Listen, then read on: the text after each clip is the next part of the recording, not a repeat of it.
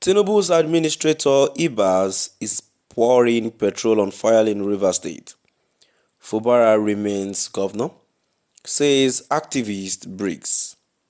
My dear listeners, there is another interesting news you'd love to listen to. This news is regarding the current chaos going on between Fubara and Tinubu and Wiki.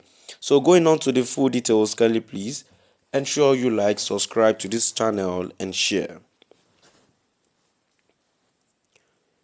Niger Delta human rights activist Annkio Briggs has accused the Rivers State Administrator Ibas of bringing violence to the state while failing to foster peace, contrary to President Bola Ahmed Tinubu's stated intentions. She declared pointedly that Ibas is not welcome in the state.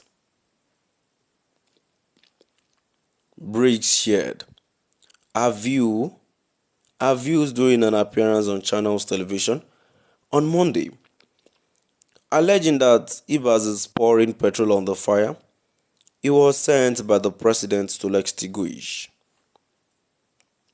First of all, I can assure you that he is pouring petrol on a fire Mr. President believed was on, Annkio Briggs stated. So, he was told to come and pour water on the fire to quench it. While he has done nothing of the sort, I have told you that he has removed people who were constitutionally and democratically in governance. There were no issues and he came along and removed everybody. Even in the government house, it is alleged that he has removed the pictures of Siminalayi Fubara.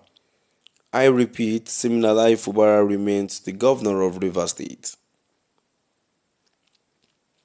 Earlier, the president of the Nigerian Bar Association (NBA), Afamusigwe San, had strongly condemned the National Assembly ratification of President Bola Ahmed Tinubu's declaration of a state of emergency in Rivers State. The declaration led to the suspension of the elected governor, deputy governor and members of the state assembly amid a political crisis. Speaking on Arise Television on Thursday night, Osigwell emphasized that the NBA considers the proclamation of a state of emergency unconstitutional, rendering any ratification by the National Assembly invalid. He argued that the Constitution does not grant the President the power to remove elected officials, such as the governor, deputy governors, or state legislators under the guise of a state of emergency. Our position at the Nigerian Bar Association is that the proclamation of a state of emergency in Rivers State is unconstitutional, and being unconstitutional, the removal or suspension of the governor, his deputy and the State House of Assembly in our view are also unconstitutional. And being unconstitutional, there is nothing the National Assembly can ratify, because you can't place something on nothing and expect it to stand. Procedurally too, from the report I have read, both chambers of the National Assembly passed the same by voice vote. To my mind, when a constitution requires that a certain action should be done by a two-thirds majority, you don't do so by a voice vote.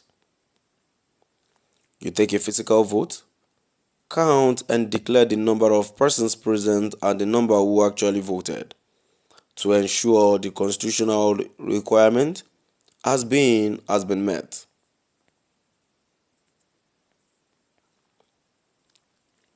While listening to the Senate President, I heard him refer to Section 114, and I thought that section should have raised a question as to whether the National Assembly can ratify the President's declaration that the governor stood suspended, and so too the deputy and the House, because that section 114 has a proviso stating that the National Assembly cannot remove a governor or his deputy. So, if we are a nation truly committed to obeying our laws, I think the laws clearly state us in the face that there is something wrong with ratifying this resolution. I also understand that there is a proposal to have eminent Nigerians resolve the issue, and this supports the Nigerian Bar Association position that the problem in Rivers State cannot be solved through the declaration of a state of emergency. It can only be solved through political dialogue involving the major players whose egos have prevented them from putting the people, their welfare, and the security of Rivers State above all else. And it is become a case of who wins, who blinks first, who can pull stronger string, who can pull the stronger string, whatever it takes to get the other person out of power. And in all of this, the people don't count. My dear listeners, now we've come to the end of our today's news. Please do drop by the comment section